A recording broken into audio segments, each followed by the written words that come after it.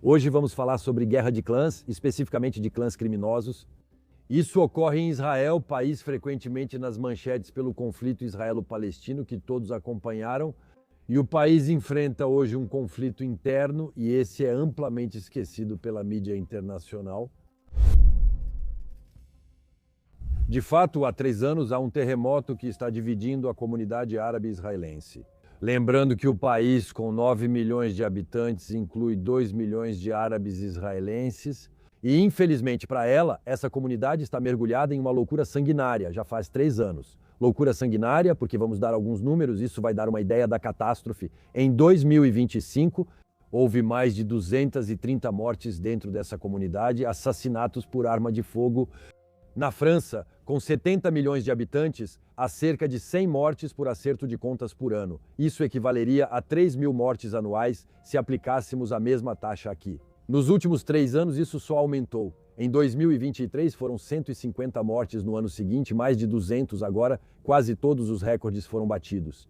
Achávamos que, infelizmente, com a tragédia de 7 de outubro e o conflito após, a situação se acalmaria. E nada, só continua aumentando.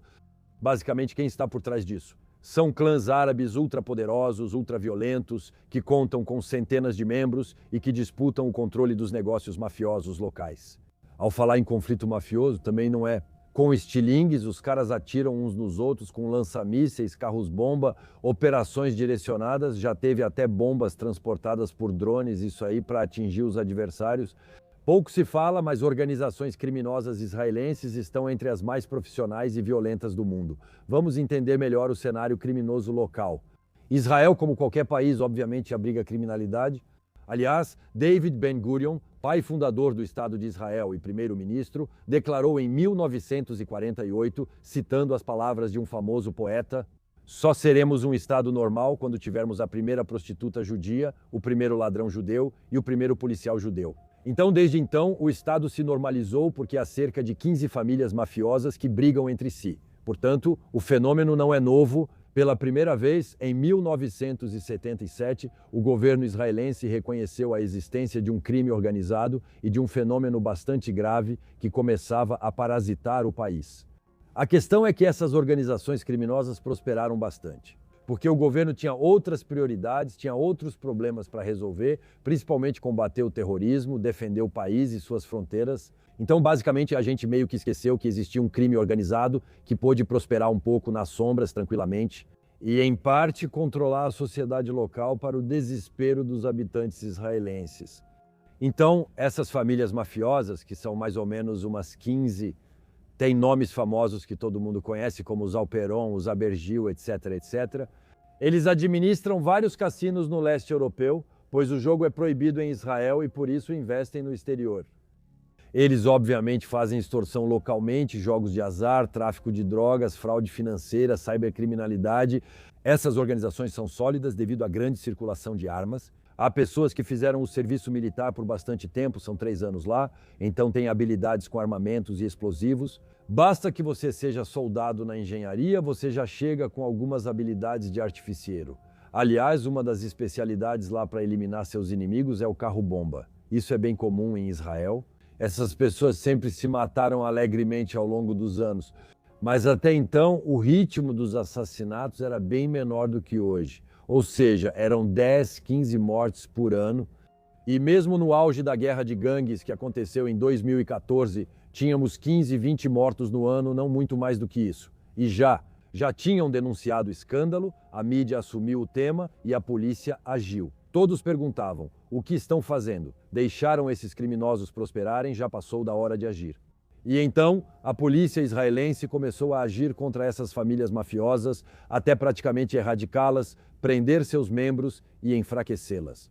O que permitiu a ascensão da outra vertente da criminalidade israelense, a dos clãs árabes israelenses que até então estavam mais na segunda divisão. Ou, de qualquer forma, serviam bastante às famílias judaicas de primeira divisão e atuavam como soldados, muitos como capangas. Para elas, vamos deixar claro imediatamente que não há nenhum conflito entre as famílias mafiosas judaicas e as famílias mafiosas árabes israelenses. Essas pessoas sempre trabalharam juntas, como de costume em todos os países. Os criminosos têm um único objetivo, que é ganhar grana, fazer dinheiro. As questões político-religiosas estavam em vários lugares, mas uma dominava e acabou enfraquecida pelos golpes da polícia. E do outro lado, bem, obviamente os outros, pelo princípio dos vasos comunicantes, ganharam importância e força, como se diz. As gangues criminosas árabes forneciam principalmente a maioria dos soldados e das equipes de assassinos e comandos, basicamente as forças de segurança das organizações criminosas. Porque há muitas armas circulando em Israel. Estima-se que existam cerca de 400 mil armas em circulação e principalmente muitas dentro da comunidade árabe israelense. Já que existe uma cultura das armas, onde elas são facilmente exibidas para celebrar casamentos, etc., se atira bastante para o alto, existe um grande contrabando, são armas que vêm ou dos territórios ocupados ou de países vizinhos que entram clandestinamente, e também há um negócio que foi criado em torno disso.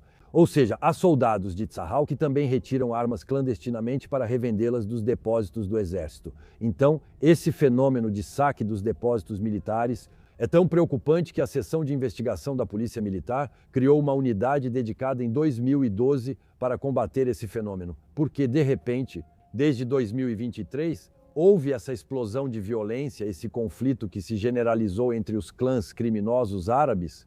Ela tem origem em um conflito que opõe, na verdade, duas famílias mafiosas judias que disputam grandes negócios em Tel Aviv e na sua região, e que, como já dissemos, se apoiava em clãs criminosos árabes para travar a guerra, que forneciam os soldados, as armas, etc.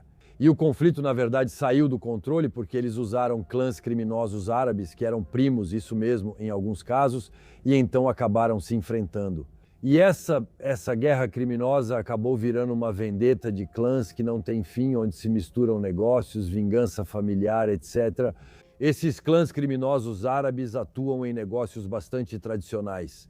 Tráfico de armas, drogas, contrabando, até mesmo no cybercrime e extorsão. E eles visam especialmente a própria comunidade, a comunidade árabe israelense. Ela está principalmente instalada no centro do país, no norte, e está totalmente, neste momento, sendo feita de refém por esses bandidos. As pessoas têm tanto medo de serem pegas em tiroteios, etc., em histórias de acerto de contas. Por exemplo, as companhias de eletricidade não consertam mais problemas nas aldeias, deixando as pessoas sem água e eletricidade. Há escolas que fecham por causa, enfim, de balas perdidas, etc. Então as crianças não vão mais à escola. As mercearias das aldeias não são mais abastecidas porque os motoristas não querem entrar com seus carros nessas áreas, com medo, do mesmo jeito de serem mortos, de serem extorquidos, de serem roubados. Eles sequestram os chefes de empresa, eles os extorquem, pressionam as prefeituras para controlar contratos públicos e projetos. Políticos eleitos foram assassinados e há tiroteios em vários lugares. A última campanha municipal foi marcada por tragédias onde, de fato, muitos candidatos foram mortos, desistiram porque estavam muito ameaçados e assustados pela situação. E a origem dessa violência também deve ser considerada do lado do chamado mercado cinza, que são empréstimos fora dos bancos. A comunidade árabe israelense tem pouco acesso a empréstimos feitos pelos bancos, a empréstimos para consumo, etc.